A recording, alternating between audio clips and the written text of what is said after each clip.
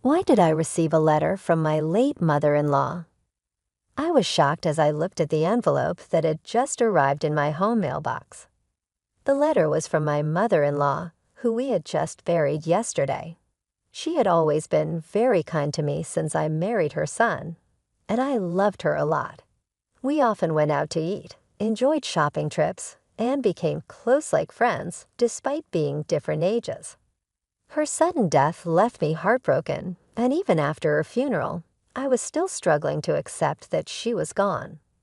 Getting a letter from her during this sad time was a huge surprise. I quickly opened the letter and found something unexpected. My mother-in-law had asked a temple priest to send me this letter after she passed away. The letter told me to find a secret compartment in the family's old chest and reveal the hidden door. It gave detailed instructions on how to open this hidden door and made it clear I should do this alone. Seeing that my brother-in-law, his wife, and their kids were all out, I rushed to my in-laws' house. Using the spare key, I went in and followed the instructions to open this secret compartment by myself. It's open, I sighed with relief and looked inside. My name is Betty. I'm 40 years old and work from home as a web designer. I married Kevin, who is 5 years older than me, 6 years ago. We met through a friend and are still very close. However, we haven't been able to have children yet. Both of us love kids and wanted to start a family soon after getting married, but it hasn't happened. I used to feel very sad about this, but there was always someone who was kind to me despite it all. My mother-in-law. Betty, don't worry so much. There's no need to rush, she would say. Hey, how about we go to the new waffle place near the station for a change? My mother-in-law always encouraged me and spoke comforting words. She was bright, kind, and caring, and I loved her deeply. She often helped me, and over time, I worried less about not having children.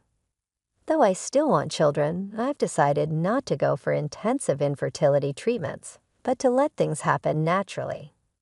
Since my husband Kevin often travels for work, my mother-in-law and I usually go out to eat or shop together when he's away. We've grown close, just like friends, despite our age difference. She lives nearby with my brother-in-law's family, who have 4 children. Although she gets along well with them, my brother-in-law and his wife often insult my husband and me for not having children. Betty, you haven't had any children yet. We have 4 lovely kids here. Being childless is unfilial. Cut ties with your mother-in-law, soon Lisa, my brother-in-law's wife, would say smugly, and my brother-in-law Brian would agree, saying, Lisa's right. Well, Kevin has never been impressive anyway. Even if you had kids, they wouldn't amount to much. Initially, my husband and I would respond to such cruel remarks from my brother-in-law's family. However, since they never listened, we gradually stopped reacting and tried to avoid them as much as possible. They treat us disrespectfully, but act very nicely in front of my mother-in-law. We haven't told her about their behavior to avoid causing her worry. One holiday, my husband, my mother-in-law, and I planned to go out for a meal together. When we arrived at my parents-in-law's house, she wasn't waiting outside as usual. Is she not ready yet? I wondered aloud. She should be coming out soon, my husband replied. We didn't think much of it and waited. However, as time passed minus 10 minutes, then 15, she still didn't appear or answer her phone. I wonder what's going on with your mom. I started feeling uneasy and increasingly anxious. We rang the doorbell of my parents-in-law's house, but there was no response. We decided to use the spare key to enter. Hey, Mom, my husband called out as he took off his shoes at the entrance. But still, there was no reply from inside. With a bad feeling, we quickly searched for my mother-in-law, and then we found her collapsed in her bedroom. Oh my God, I exclaimed as I rushed to her side, and my husband immediately called for an ambulance. It seemed that my brother-in-law's family was out because no one else was at the house besides my mother-in-law. The ambulance arrived in about 15 minutes, and she was swiftly taken to the hospital. But unfortunately, she passed away there. It was a stroke. My husband and I were heartbroken by this sudden loss, and we cried a lot. Not despite our grief, we knew there were many things to do, like preparing for her funeral. The funeral was to be a family affair, and my brother-in-law took on the role of the chief mourner to honor my mother-in-law, and I worked together with him on the preparations. However, even during the planning with relatives and discussions with the funeral home, my brother-in-law seemed reluctant and showed no signs of grief. He did his duties at the wake and funeral, but often he would call my husband over after talking briefly with relatives, and then abruptly leave, which offended them. During the post-funeral gathering with relatives, my brother-in-law was the first to sit down and refused to get up even when my husband urged him to greet the guests. He just sat there drinking his beer, and his wife did the same. So my husband and I went around thanking the relatives for coming and sharing memories of my mother-in-law. Seeing his parents just eating and drinking seemed to set a negative tone for the gathering. My brother-in-law's 4 children were busy playing games, laughing loudly, and playfully nudging each other, creating a mood that didn't seem right for after a funeral. None of my brother-in-law's family seemed sad about my mother-in-law's death. The other relatives noticed this and didn't try to talk to my brother-in-law and his wife. They just said goodbye and shared memories with my husband and me. Despite the obvious change in the relatives' attitudes, my brother-in-law's family didn't seem to care. They kept ordering more beer, talked about inheritances and planned trips, even though we were supposed to be mourning. It was disrespectful considering how much my mother-in-law had done for them while she was alive. I couldn't help but look at them with disapproval.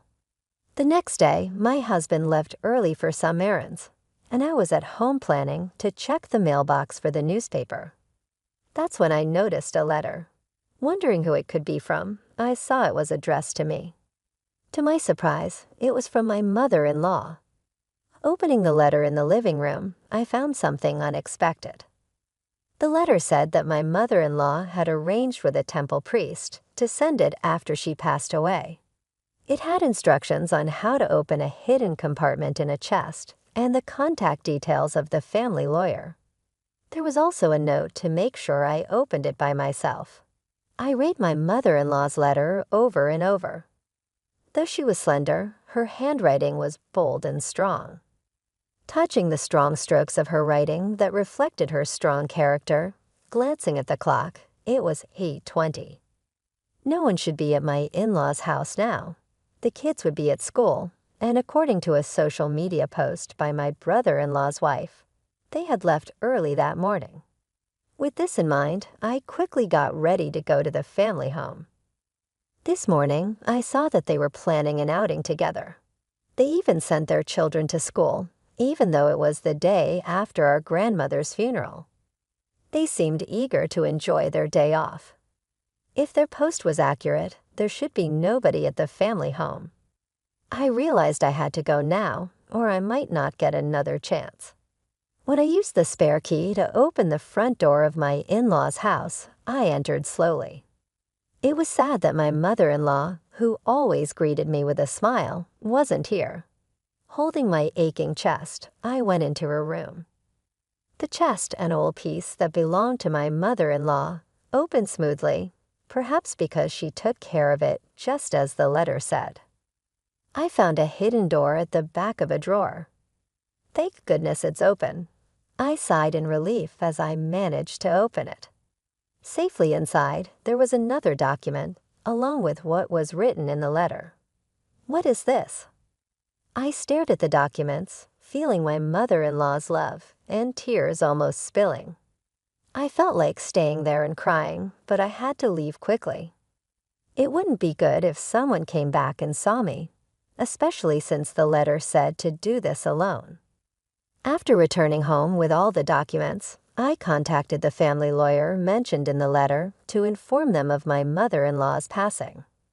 Just as I was about to reach out to my husband and my brother-in-law's family to see if we could all gather this weekend, I received an email. It was from my sister-in-law, urging us to meet at my in-laws' house this weekend for some important news. Despite feeling uneasy, declining seemed odd, so I agreed to her proposal. Over the weekend, I went to my in-laws' house with my husband, feeling nervous about the discussion. My brother-in-law and his wife had smug looks, and their 4 children were not around, probably taken somewhere else. As soon as we sat down, they presented a document. "This is the will left by my mother-in-law," my sister-in-law announced loudly. The signature on the will was indeed my mother-in-law's, and it stated that all assets would go to my brother-in-law and his wife. See, it's written here that we get everything. So unfortunately, you won't get any inheritance. Too bad, huh? My brother-in-law laughed mockingly, his expression ugly, while my husband looked bewildered. I stood up quietly and brought in the lawyer who had been waiting outside. Who is this?" My brother-in-law and his wife asked, puzzled by the sudden appearance of the lawyer. My husband, who didn't know the lawyer was there, was also surprised. "This person is the lawyer whom my mother-in-law trusted during her life," I explained briefly. My brother-in-law and his wife looked confused and then angry. "Why did you bring a lawyer here?" they demanded. "It's part of my mother-in-law's instructions. She wanted the lawyer here to help make sure the estate is divided fairly," I said. My brother-in-law and his wife insisted loudly that they didn't need a lawyer. My brother-in-law slammed his hand on the desk and pointed at the will, saying, "My mother left a will. We don't need a lawyer." The lawyer quietly raised his hand and asked, "Are you sure your mother wrote the entire will herself?" "That's obvious," my brother-in-law shouted back. The lawyer looked concerned and shook his head. "This can't be recognized as a valid will. A real handwritten will must be entirely written by the person it belongs to." He pointed out that only the words at the beginning and the signature at the end were in my mother-in-law's handwriting. The rest looked like it was printed from a computer. The room went quiet. My brother-in-law reached out to the will, but it still showed the same printed words. Suddenly my husband said, "Why is the back of the paper so clean?" I looked closely, and indeed, there was something odd. The handwriting in the signature section is different from the rest. Could this be forged? I wondered aloud. My brother-in-law and his wife trembled at the lawyer's observation. "What are you talking about? We wouldn't do such a thing," they stammered. "Why are you so nervous if it's not forged?" the lawyer cut in. "Forging a will is a serious crime." Hearing this, my brother-in-law and his wife turned pale. Despite their agitated and confused excuses, the lawyer delivered the final blow. "Betty has a notarized will, so your will is invalid." "What?" My brother-in-law and his wife gasped, their eyes wide. "We never heard of that," they said. In the letter I received from my mother-in-law, she mentioned that she hid a notarized will behind the hidden door of the chest. We didn't know about this earlier. The letter not only told us where she hid the will, but also explained why she made it and why she told me about it. My mother-in-law had been feeling her health decline and had prepared the will because she probably suspected that my brother-in-law and his wife might tamper with it. I thought she didn't know their true nature, but it seemed she had a sense of their greed. The notarized will stated that the assets would be divided equally between my brother-in-law and my husband. This surprised my brother-in-law and his wife, and their eyes went wide. Then my brother-in-law suddenly shouted, claiming he should be the beneficiary of our mother's life insurance as the eldest son. I calmly responded that the life insurance certificate was also with me, as per my mother-in-law's trust, and the beneficiary was me, not him. Inside the hidden door, there was not just the notarized will, but also the life insurance certificate. My brother-in-law and his wife couldn't believe it. They kept saying they knew nothing about this. The lawyer explained that changing the beneficiary of a life insurance policy doesn't necessarily require informing the original beneficiary. My brother-in-law was upset and slammed the table. My husband turned to me, anxious, and asked when his mom had entrusted these things to me. I smiled and explained that it was written in the letter from his mother. She had wanted to tell him too, but she was worried that if both of us knew, his brother and sister-in-law might become suspicious, so she trusted only me with the information. While my husband and I were talking, my sister-in-law burst in hysterically. She couldn't accept that we, who hadn't even shown her children to my mother-in-law, would inherit her estate. "This is ridiculous," she exclaimed. "I can't accept this at all." My brother-in-law chimed in, his face there, just for her inheritance, splitting it equally. "Don't make me laugh," he continued. "The inheritance is all ours," my brother-in-law asserted. My sister-in-law joined in, shouting and adding to his selfish claims. "We have 4 children as compensation for you not showing my mother-in-law any grandchildren. You should give all of her inheritance to our children for their future. We have shown her 4 grandchildren, so we are much more deserving than you." Despite my sister-in-law's aggressive tone, I stayed calm. "What you're saying doesn't make sense." "Please calm down," I said. My calm demeanor seemed to infuriate her even more. "Your calm attitude annoys me so much. Just give us the money already. You're a useless, childless woman," she yelled, lunging at me. My husband and the lawyer stepped in, but before they could stop her, my sister-in-law punched me in the head. "Ouch!" I cried out in pain. She had several large rings on her fingers, so it felt like being hit with makeshift brass knuckles. "Stop it." My husband and the lawyer pulled my sister-in-law away, but she tried to reach for me again in her agitated state. "Give us the inheritance. I deserve it all more than you do. I have 4 children," she shouted, her eyes bloodshot and her face twisted with anger. My brother-in-law egged her on, encouraging her to hit me more. Enraged, my husband called the police. When they arrived shortly after, he and the lawyer explained the situation. My brother-in-law and his wife were escorted away by the police. My husband and I thanked the lawyer and decided to send him home for the day. What was supposed to be a discussion about creating an estate division agreement turned into a chaotic ordeal. My husband and I agreed to bring a gift of apology another day. He was deeply concerned about me being hit by my sister-in-law, but seemed relieved when I told him the headache had completely subsided after the tumultuous events. "It's been quite an intense time," I murmured.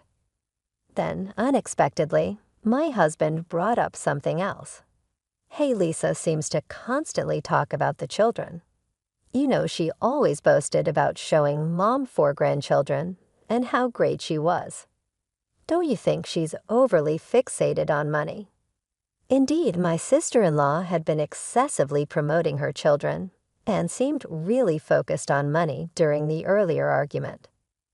"Well, she has been quite vocal about the children for a while, and her obsession with money was indeed extreme," I replied.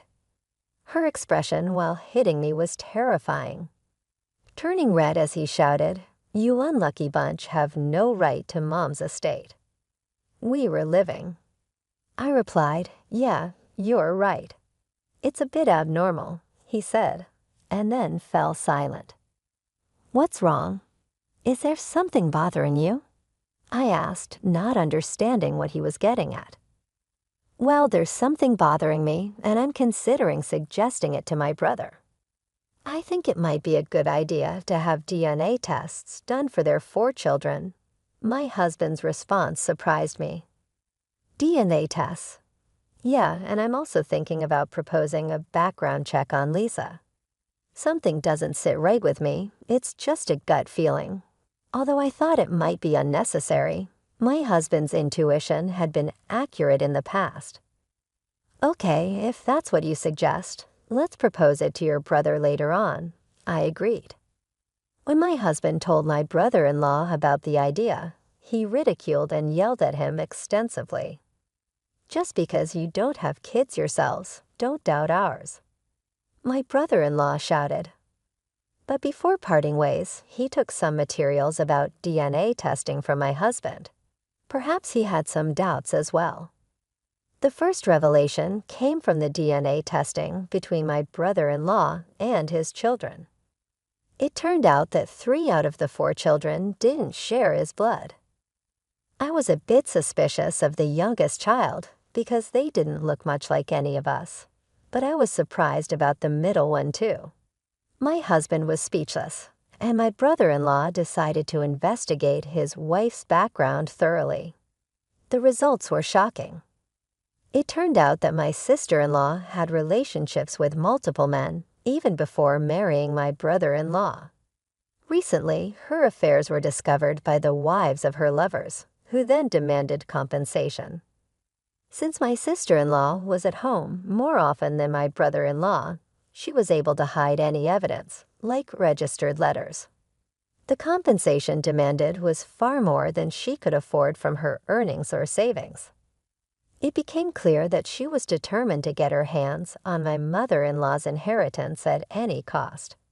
Eventually, the situation escalated, and my brother-in-law and sister-in-law ended up in a violent fight, throwing things and hitting each other until the neighbors, unable to stand the noise, called the police. Both were taken into custody, facing charges for forging the will and now additional charges of assault. Further police investigation revealed they had committed theft and harassed wealthy individuals, among other offenses. Eventually, they both ended up in jail. As for the future of the 4 children they left behind, my husband and I were deeply troubled. Since my mother-in-law's passing, we have been the closest relatives. We considered taking them in, but decided against it after much thought. The children had been influenced so much by their parents that they casually insulted us as childless incompetence. The oldest at 19 should know right from wrong, and the youngest at 7 should understand proper behavior, yet they smirked and insulted us every time they saw us. Even with their parents in trouble, our 16-year-old nephew said, "We'd be better off raised by childless idiots," which was more than we could bear facing such hostility. We couldn't find any affection for the children or any hope of raising them to be decent people. Ultimately, we contacted my sister-in-law's parents and decided to sever ties with the children. It seems the children understood our decision, as our nephew said, "I'd rather live in Grandma's old shack than with the childless couple." With those words, we felt it was best to leave things as they were.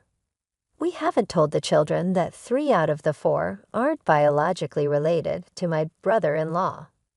Whether we share this fact or not, we leave it to the relatives of my brother-in-law and his wife to decide.